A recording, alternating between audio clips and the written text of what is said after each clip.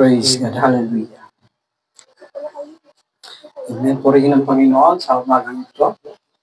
Napakabuti ng ating Diyos. Amen. At ang kanyang pag-iingat sa atin patuloy natin nararanasan. Amen. Kanyang biyaya.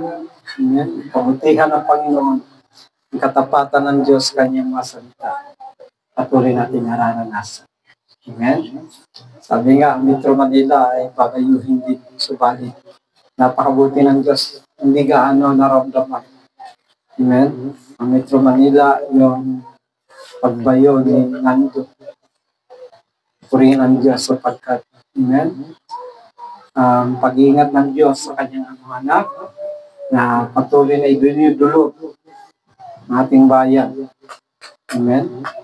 Ay nandoon ang katapatan ng Diyos sa kanyang salita na anumang hilingin natin sa pangalan ni Jesus, ito'y pagkakaloob sa atin. Kaya sa mapagpalang araw po sa bawat isa, sa kabuuan ng BCP Global Ministry, amen, purihin ang Diyos. Palakpakan nga natin ang Diyos, amen, sa isang linggo nagdaan, napakabuti ng Panginoon sa kabila ng lahat, ng mga hagupit ng bagyo, Nando at Upo, amen, ang kanyang pag-iingat patuloy natin ang maranasan. Kaya napakabuti po ng Panginoon. Walang ibang mabuti kundi ang Diyos. Hallelujah. Ngayon po, ihanda po natin sarili sa pakikinig po ng salita ng Diyos. Hallelujah. Tunay nga ang salita ng Diyos, sabi nga, hindi lamang sa tinapay nabubuhay ang tao, kundi sa bawat salita na umutawi sa bibig ng Diyos. Amen? Dahil pag wala pong salita ng Diyos, malamang po. Amen? Kawawa po tayo. Amen? Para tayo suntok sa hangin, suntok sa buwan. Amen? Walang saysay at maginagawa kung walang salita ng Panginoon. Kaya napakapalad po natin. Amen? Huwag po tayo magsawa. Amen? Ang salita po ng Diyos, dito po dapat pagsawaan. Ito'y laging pananabikan, laging sabik. Amen? Ang bawat anak ng Diyos sa salita ng Panginoon. Purihin ang Diyos. Kung kayo po yung mga may Biblia, pakipagbukas po kayo sa akin, sa aklat po ng Isaiah. Amen? Sa aklat po ni Propeta Isaiah, sa Kabanata 43, talata 18 hanggang 19. Ito ang sabi niya, ilibing muna sa limot at huwag nang alalahanin pa ang mga nangyari noong unang panahon. Amen? Ulitin ko po ang verse 18. Ito ang sabi niya, ilibing muna sa limot at huwag nang alalahanin pa ang mga nangyari noong unang panahon. Masdan, in verse 19, masdan mo, ako ay gagawa ng isang bagong bagay. Ito'y nagaganap na, hindi mo pa makita. Hindi mo pa ba makita? Gagawa ako ng isang daanan sa gitna ng disyerto at magkakaroon ng ilog sa lugar na ito. Ito, ulitin ko, verse 18 to 19. Ito ang sabi niya, libing mo na sa limot at huwag nang alalahanin pa ang mga nangyari noong unang panahon. Masdan mo, ako ay gagawa ng isang bagong bagay. Ito'y nagaganap na, hindi mo pa ba makita? Gagawa ko ng isang daanan sa gitna ng disyerto at magkakaroon ng ilog sa lugar na ito. Amen? Purihin po ang pagbabasa po ng salita ng Diyos. Purihin ang Panginoon. Hallelujah. Sa aklat po ni Propeta Isaiah, Kabanata 43, talata 18 hanggang 19. Hallelujah. Tayo may manalangin. Amang banal, maraming pong salamat sa pangalan ni Jesus. Dalangin po namin, Lord, patuloy kami, Lord, pagkalooban ng mga sariwang kapahiyagan, Panginoon, sa inyong salita na nagbibigay buhay, Panginoon, pag-asa. Nagbibigay kaligtasan, Lord, sa bawat isa na tumatawag sa iyong banal, banal, banal at makapangyarihan mong pangalan. Salamat po, Diyos, sa patnubay at gabay ng Santong Espiritu. Ito, Lord, nagbibigay sa amin, Lord, na inspirasyon, Lord, na kami mabuhay, Lord. Hallelujah. Hindi sa mga nakaraan, kundi sa mga bagay, Lord, na inanda mo sa inyo. Salamat po, Diyos, sa patnubay gabay ng Santo Espiritu. May samot na lang. Salamat. Maliwanag na maliwanag ang mensahe ng Panginoon natin binasa sa aklat ng Isaiah, chapter 43, verse 18. Ito po ang nais ng Diyos sa atin. Amen? Ay kalimutan na ang mga nakaraan. Amen? Mga nakaraan ang pangyayari sa buhay po natin. Hindi po yan makakatulong sa atin para makausad, para makamtan natin na may kagalakan, may tagumpay, ang mga bagay na nihanda ng Diyos sa atin. Amen? Maliwanag po. Ito ang nais ng Diyos sa atin. Sapagkat ang namumuhay po sa nakaraan, pagmasdan po natin, hirap na hirap. Amen? Lalo yung mga bagay na kung saan pinangyayari na malulungkot na bagay. Amen? Yung kabiguan, yung problema. Amen? Yung kahirapan. Hindi po ito makakatulong sa atin pag tayo nabubuhay sa nakaraan. Yung galit. Amen? Walang pagkakaisa. Yan po yung mga bagay na humahadlang sa mga bagay na inihanda ng Diyos na gusto niyang gawin sa ating buhay. Amen? Yan po yung pabigat sa ating kalooban. Yun yung pag-iisip natin nangyari sa ating mga nakaraan. Amen? Yung away, yung tampuhan, sama ng loob. Amen? Ito po'y nais ng Diyos na kalimutan na natin. Yung mga bagay na nangyari sa mga nakaraan. Nais ng Diyos na ibibing na natin ito sa limot. Amen? Pag hindi natin ito ilibing sa limot, ito po yung nagiging hadlang. Nagiging barrier. Amen? Para yung mga bagay na inanda ng Diyos sa atin ay hindi natin lubusan ma-enjoy. Ang mga anak ng Diyos po, nais ng Diyos ay habang siya nabubuhay sa mundong ibabaw, nai-enjoy niya ang kanyang buhay kasama ang Diyos. Kasama ang Diyos na kung saan yung mga bagay na inihanda ng Diyos para sa Kanya. Amen? Sabi nga rito, masdan mo. Ako ay gagawa ng isang bagong bagay at ito'y nagaganap na. Amen? Nagaganap na, ibig sabihin, nangyari na. Nangyayari na. Amen? Yung mga bagay na ginawa ng Panginoon, sabi rito, gagawa ng isang bagong bagay, mga bago, hindi luma. Amen? Bago po, yun po ang gusto ng Diyos, bago. Hindi mga luma. Tingnan po natin mga bagay na luma. Di ba, hindi maganda tingnan.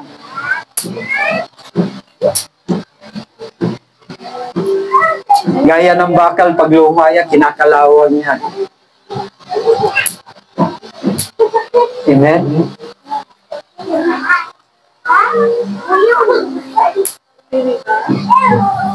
Gaya ng damit, pag luma yan, tumurupok yan. May nababawasan yung tibay. Nababawasan yung ganda. Pero pag bago talagang ano ka, nandun yung kagalakan. Natutuwa ka magmasdan yung mga bagay na bago. Amen? Kaya gusto ng Diyos yung bago. Maranasan ng kanyang mga anak. Verse 19, masdan mo, ako ay gagawa ng isang bagong bagay, hindi luma. Bago. Ito yung nagaganap na, hindi mo pa ba makita? Amen? Kaya po, nais ng Diyos yung ating, yung ating paningin. Amen? Yung ating paningin. Amen? Tingnan po natin mga bagay na nakikita natin. Amen? Ito ba yung mga bagay ni handa ng Diyos?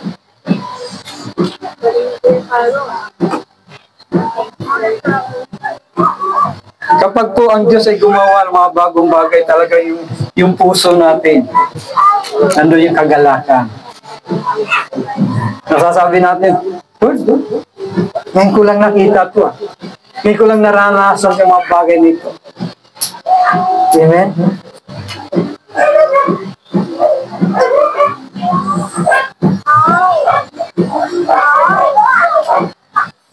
Basahin po natin ang aklat po ng Corinto. 1 Corinthians chapter 2 verse 9.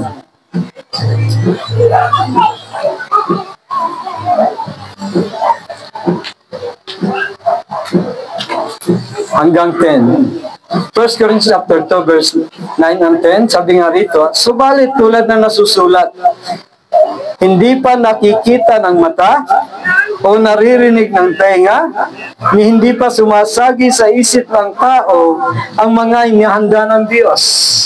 Amen? Hindi pa nakikita ng mata o naririnig ng tenga, ni hindi pa sumasagi sa isip ng tao ang mga inihanda ng Diyos. Ibig sabihin, nakahanda na. Andyan na. Gawa na. Amen?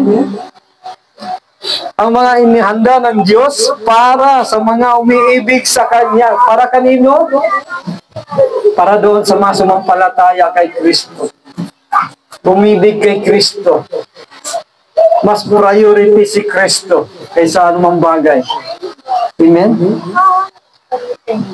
Inihanda, amen, ng Diyos para sa mga umiibig sa Kanya. Kaya yun lamang mga umiibig sa Kanya ang makakaranas mga bagong bagay na nihanda na ng Diyos. Kaya sabi nga doon sa Isaiah, hindi mo pa ba makita? Amen? Yung mga bagong bagay na ginawa ng Diyos. Hallelujah. Verse 10, sabi nga rito, ngunit ito inihayag na ng Diyos sa atin. Sa pamamagitan ng Espiritu, sinasaliksik ng Espiritu ang lahat ng bagay, maging ang mga pinakamalalim na bagay na may kinalaman sa Diyos. Amen? Ito'y patungkol sa Diyos. Mga bagay na ginawa ng Diyos. Mga bagong bagay. Amen? Ito ang nais ng Diyos sa atin. Mag-focus tayo doon sa mga bagong bagay na ginawa ng Panginoon para sa atin na umiibig sa Kanya. Madalas kinukumpara natin ang noon at ngayon. Amen? Kumari, huwag na natin ikumpara yung buhay noon sa ngayon. Kalimutan na yung mga bagay noon na nagiging hadlang. Nais ng Diyos yung mga bagay na bago na Kanyang ginagawa, doon tayo nakapokus. Amen? Sabi nga sa Mangangaral, chapter 7, verse 10. Hallelujah. Buksan natin ang aklat ng Mangangaral. Chapter 7, verse 10. Ang sabi rito sa Mangangaral, sa chapter 7, verse 10, huwag mong itatanong kung bakit mabuti noon araw kaysa ngayon, pagkat iya'y tanong na walang katuturan. Amen? Minsan, mas kinukumpara na mabuti pa yung nangyayari noon kaysa ngayon. Amen? Ulitin ko, huwag mong itatanong kung bakit mabuti noon araw kaysa ngayon, pagkat tanong na walang katuturan. Amen? Masyado natin kinukumpara noon mga bagay kaysa mga bagay ngayon.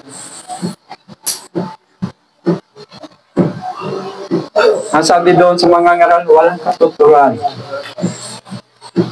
Pero ang nais ng Diyos, tingnan natin yung mga bagay ngayon.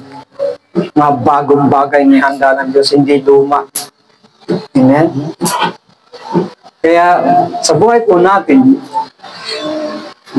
pag nasain natin, pag-isipin natin, yung mga bagay na inihanda na ng Diyos para sa atin. Hindi pa nakikita nating mata. Amen? Hindi pa naririnig natin tenga. Hindi pa sumasagi sa ating maisipan yung mga bagay na handa ng Diyos. Amen? Ibig sabihin sa mga anak ng Diyos, sa mga umiibig sa Kanya, nakahanda na yung mga bagay na bago. Amen? Ito'y ma-enjoy natin, mararanasan natin. Pag yung mga bagay na manakaraan na nagiging hadlang, amen? Nagiging pabigat sa atin. Amen? Na hindi tayo makausad.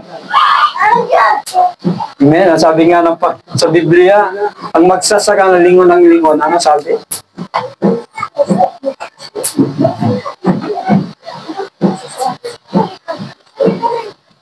Ang magsasaka lingon ng lingon. Sa kanyang pinanggalingan. Ibig sabihin, sayang yung oras, panahon. Amen? Dapat sa isang magsasaka talaga pag gano'n tuloy-tuloy yan. Nakapokus sa hinaharap na kanyang inaararo. Amen? May posibleng matalisod yan. Pag lingon ng lingon sa likod. Pero pag nakapokus sa harapan, tingin ng tingin sa harapan, amen? Tuloy-tuloy po yan, smooth. Amen? Walang dapat alalahanin. Yun po ang nais ng Diyos sa atin. Nakalimutan na yung mga nakaraan nangyayari. Amen? Yung tampuhan, samaan ng loob, galit, nanakit. Amen? Dapat kalimutan nga. Sabi ng Apostol Pablo, sa aklat ng Filipos. Amen? Buksan po natin ang aklat po ng Filipos. Purihin ka, O Diyos. Hallelujah. Sa aklat ng Filipos, chapter 3, verse 12, hanggang 16. Ang sabi rito, hindi siya nakamtan ko na ang mga bagay na ito. Hindi rin sa ako'y ganap na, ngunit sinisikap kong makamtan ang gantimpala sapagkat ito ang dahilan kung bakit ako tinawag ni Kristo Jesus. Mga kapatid, hindi ko ipinapalagay na nakamit ko na ito. Ngunit isang bagay ang ginagawa ko. Habang nililimot ko ang nakaraan at sinisikap na marating ang layunin nais ko makamtan. Amen? Verse 13, sabi nga dito, mga kapatid, hindi ko ipinalagay na nakamit ko na ito. Ngunit isang bagay ang ginagawa ko habang nililimot ko ang nakaraan at sinisikap na marating ang layunin nais kong makamtan. Ito yung gusto ng Panginoon. Ano sinabi ng Apostol Pablo? Amen? Yung layunin nais kong makamtan. Doon siya nakapokus. Amen? Sinisikap niyang marating. Dapat yun ang mayroon tayo. Tulad na sinabi ng Apostol Pablo. Amen? Nililimot niyang nakaraan at sinisikap na marating ang layunin nais kong makamtan. Verse 14, sabi nga rito, nagpupunyagi ako patungo sa hangganan upang makamtan ang gantimpala ng pagkatawag sa akin ng Diyos sa pamamagitan ni Kristo Jesus. Ang buhay na nasa langit. Amen? Nagpupunyagi siya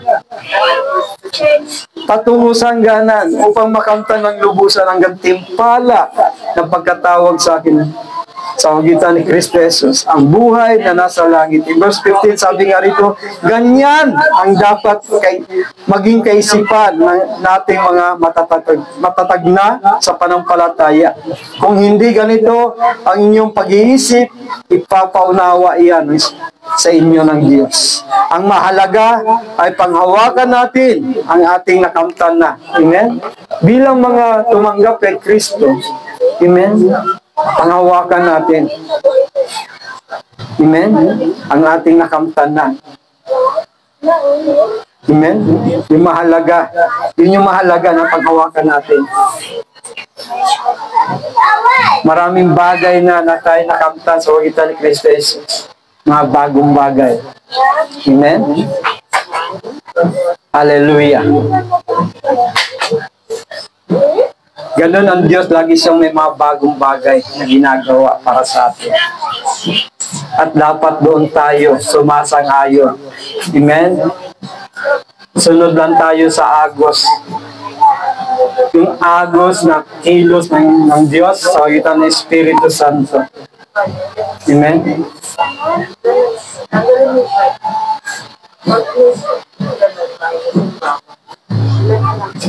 Yan po ang nais ng Diyos sa atin.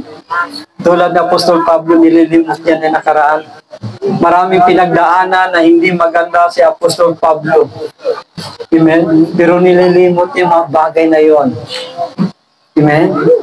Kasi hindi yun nakakatulong sa kanya. Para marating niya, makamtan niya. Amen? Hallelujah! Yung gantimpala ng pagkatawag sa kanya ng Diyos. Amen? Ang buhay nasa langit. Kaya po sa buhay po natin, bilang mga anak ng Diyos, bilang sumampalataya kay Kristo. Amen? Pahalagahan po natin yung mga bagay sa hinaharap. Amen? Nakapokus tayo sa mga bagay na hindi natin nakikita. Amen? Mga bagay na inanda ng Diyos sa mga umiibig sa Kanya. Hallelujah.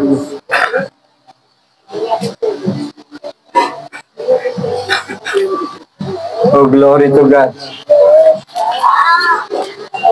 Dapat doon tayo nakapokus, hindi mga bagay na nakikita natin. Hallelujah.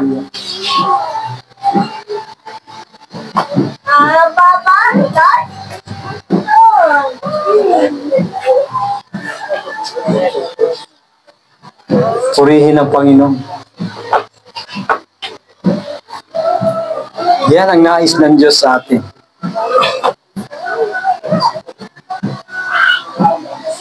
Hallelujah.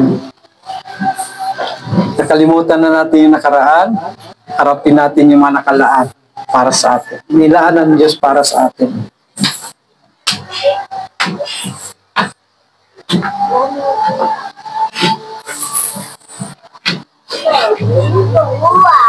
Dahil yung mga bagay na yun, na nihanda ng Diyos, makakamtan lang natin pag tayo nakapokus doon. Amen? Nakapokus tayo sa mga bagay na nasa hinaharap. Mga bagong bagay na ginawa ng Panginoon. Kaya sabi nga doon sa Panaghoy, basahin po natin yung aklat ng Panaghoy, chapter 3, verse 22 to 23. Pag-ibig mo, Yahweh, ay hindi nagmamali. Kahabagan mo'y walang kapantay. Ito'y laging sariwa bawat umaga. Amen? Katapatan mo'y napakadakila. Amen? Laging sariwa. Amen? Kapag po ang isda o anumang, amen, gaya ng karne, amen, pag nakalipas ng ilang araw, hindi na sariwa yan. Nangangamoy na yan. Amen, ang isda nagiging bilasa kapag lumipas na yung mga araw. Bumilang ng mga araw. Ganon din ang mga karne. Ang baboy, baka, ng manok, mangangamoy yan. Babaho yan. Pero sa Panginoon, laging sariwa. Amen? Ang mga bagay na handa ng Diyos sa atin. Higit sa lahat yung kanyang pag-ibig sa atin. Amen? Hallelujah. Ang pag-ibig ng Diyos na hindi nagmamali. Hallelujah. Yung steadfast love of the Lord. Kaya nga po, nais ng Diyos sa atin. Nakalimutan na yung mga nagdaan. Harapin natin itong mga bagay na handa ng Diyos. Nang sa ganyan, ma-enjoy natin, ubusan natin makamtan, at ma-enjoy natin. Amen? Hallelujah.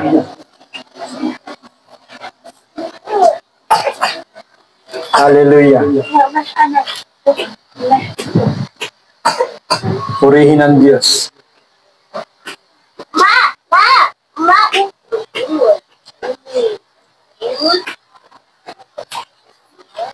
Tingnan po natin yung mga tao na bubuhay sa nakaraan.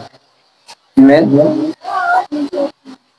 Yung kanilang itsura, hindi bagay doon sa kanilang edad. Amen?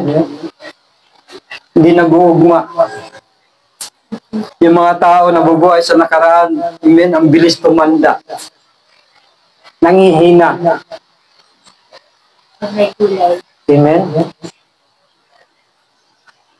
Nangihina yung mga tao na bubuhay sa nakaraan. Ang bilis tumanda. Pero yung mga anak ng Diyos na bubuhay sa inaharap, amen, amen, nabubuhay sa mga bagong bagay na inanda ng Diyos sa Kanya, amen, magugulat na marami, hindi makapaniwala. Pag tinanong, ilang taong ka na? Amen? Sa mga anak ng Diyos, pag tinanong ng kanilang kapwa, amen, ilang taong ka na? Sinabi mo 60, amen, 60 ka na? Hindi halata, Doon sa mga anak ng Diyos, hindi halata na 60. Napagkakamala ng 50. Amen? Yung iba na pagkakamala 59. Pero yung mga anak, yung mga nabubuhay sa nakaraan, pag ilang taong ka na? 30 plus pa lang. Hindi halata, mukhang 50 ka na. Amen? Mas mabilis ang pag-mature. Amen? Pagtanda. Sa mga tao, nabubuhay sa nakaraan. Masyadong nakapokus doon sa mga nakaraan na pangyayari sa kanyang buhay. Amen? Pero yung mga anak ng Diyos, sabi ng Panginoon sa panagkoy, ito'y laging sariwa. Bawat umaga. Amen?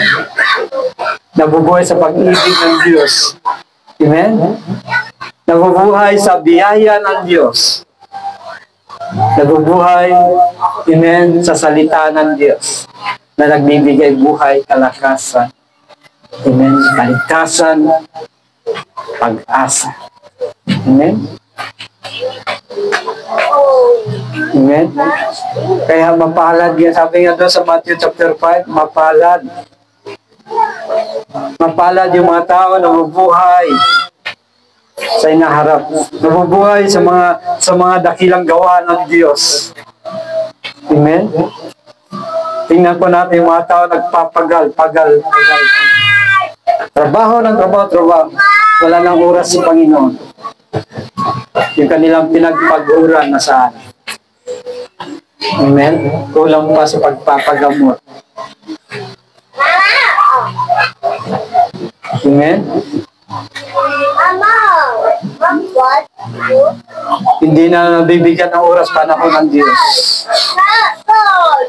Kasi iniisip, amen?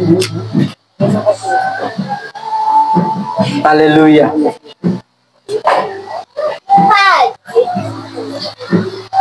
Iniisip lagi yung mga nakaraan niya. Amen? Kaya po sa buhay po natin, nais ng Diyos, kalimutan na yung mga nakaraan. Mga pangit na pangyayari dito sa lahat. Huwag na natin kumpara yung mga nangyari noon ngayon. Amen? Ang tingnan natin, gaya ng sinasabi ng Apostol Pablo sa Aklat ng Pilipos chapter 3 verse 12 to 16. Amen? Kalimutan na natin nakaraan. Amen? Lagi tayo dapat i-focus sa ating paningin, ating oras, panahon, ating sipag sa mga hinaharap. Yung mga bagong bagay ni handa ng Diyos sa atin. Nang sa gayon, ma-enjoy natin saan man tayo magpunta. Amen? Sisilyuhan ng Diyos yan, hindi mananakaw ng kaaway. Yung mga tao, walang ibang hinahangad kundi, amen? Laging unahin ang Diyos. Yung mga tao laging sabik sa presensya ng Diyos. Laging sabik na makinig sa salita ng Diyos. Amen? Tandaan natin na ating buhay sa mundong ito ay may hangganan. Panahon yan. May tinakda sa atin ng Diyos, may panahon. Amen? May tinakda sa atin ng Diyos. Lahat ng bagay sa mundong ito, may kanya-kanyang takdang panahon. May hangganan, may katapusan. Ngunit yung mga bagay na nihanda ng Diyos sa atin, hindi lang mga bagong bagay na enjoy natin ngayon. Yung mga bagong bagay na nihanda niya doon sa kanyang kat. Amen. Hallelujah. Mapapahaleluya ka. Amen. Paglubusan mo ng kamtan. Amen. Yung pagpupunyagin mo, yung pagsisikap mo, yung oras na ibinuhos mo para sa Panginoon. Amen. Ma-enjoy mo yung mga bagay na handa ng Diyos na bago. Amen. Sariwa. Amen. Hallelujah. Yan lamang mga anak ng Diyos ang makakaranas. Amen. Yung mga anak ng Diyos na kung saan walang ibang hinahanap kundi yung hinaharap niya, lagi just doon siya nakapokus. Amen. Doon siya nakatingin sa hinaharap niya. Amen. Hallelujah. Pag ang isang manampalataya, isang tao, hindi nakatingin kay Kristo, laging bago yung mga bagay gagawin ni Kristo sa kanyang buhay. Amen. Walang luma. Bago. Makintab. Kumikinang. Amen. Hallelujah. Kaya purihin ng Diyos sa araw na ito. Palapakan nga natin ang Panginoon. Hallelujah. Doon nga sa Isaiah, sabi nga doon, yung disyerto, gagawa ng daan ng Panginoon. Amen. Gagawa siya ng ilog sa gitna ng disyerto. Disyerto yung magkakaroon. Wala kasing imposible sa Diyos. Walang mahirap na bagay sa Diyos. Amen. Hallelujah. Yung nabubuhay sa disyerto na kung saan ang tingin nila sa disyerto, walang tubig, walang mga tanim. Amen. Pero magkakaroon dahil nga hayang gawin ng Diyos. Mga bagong bagay. Hallelujah. Amen. Hallelujah. Purihin ang Panginoon sa araw na ito. Kaya huwag po tayo mabuhay sa nakaraan. Amen. Sikapin natin sa tulong ng Espiritu Santo, sa tulong ng Diyos na tayo mabuhay sa kasalukuyan at sa hinaharap. Amen. Hallelujah. Sapagkat maraming bago na mararanasan natin. Amen. Nagagawin ng Diyos. Purihin ng Diyos. Hallelujah. Tayo manalangin sa pangalan ng Panginoon Jesus. Amang banal, marami pong salamat sa iyong salita, sa iyong mensahe, Panginoon, na nais mo, Diyos, nais mo, Panginoon, sa bawat isa sa amin na ma-enjoy namin mga bagong bagay na gagawin mo, Lord, sa buhay ng bawat isa sa amin, Panginoon. Hindi mga luma, Panginoon, hindi mga nakaraan, kundi mga bago, Panginoon, na bagay na hindi pa namin nakikita, na nakahanda na, ginagawa mo na, Panginoon, hallelujah, gawa mo na, Panginoon, hallelujah. O, purihin ka, O Diyos. Salamat po, Panginoon, sa iyong salita, sa iyong pangako, Panginoon. Hallelujah. Na kung saan, Lord, mararanasan namin, Lord, mga bagong bagay na gagawin mo sa buhay ng bawat isa sa amin. Hallelujah, sa pangalan mo, Panginoon Jesus. Sapagkat wala pong mahirap na bagay sa inyo, Panginoon. Wala pong posible sa inyo. Hallelujah. Tunay, Diyos, napakabuti mo sa amin. Sa napakagandang plano mo sa amin, Lord. Na nais mo, Lord. Na-enjoy namin. Na mga inhandang mga bagay, Lord, na hindi pa namin nakita, hindi pa namin narinig, Panginoon, hindi pa sumagi sa aming isipan. Ang mga bagay na handa mo, Panginoon. Sa mga umiibig sa iyo, sa mga nagtitiwala sa iyo, sa lahat na sumampalataya sa iyo. Salamat po, Diyos. Lord, purihin ka sa iyong kabutihan, sa iyong pag-ibig, sa iyong katapatan, Lord. Hallelujah, purihin ka sa iyong kapangyarihan, sa iyong kabanalan, sa iyong katuwiran, Panginoon, sa pangalan ng Jesus. Lord, salamat po. Patuloy na ingatan, Panginoon, ang bawat sa amin. Yung mga salita, Lord, na amin napakinggan. Lord, itukit mo po, itanim mo po sa aming mga isipan, Lord, na itong darating mga araw, Panginoon. Amen. Hindi lang sa araw na ito, kundi sa mga darating pang mga araw, Lord. Mga bagong bagay, Lord, na ipaparanas mo sa bawat isa sa amin na hindi pa namin nararanasan, Lord. Mga bagay na kung saan, Lord, magbibigay sa amin, Lord, ng kagalakan, ng kasiyahan, Panginoon, na sa gayon, Lord, patuloy kami. Hallelujah. Pagpatuloy po kami, Lord, sa pagpupuri, pagsamba, papasalamat, paglilingkod sa iyong banal, banal, banal, at makapangyarihan mong pangalan.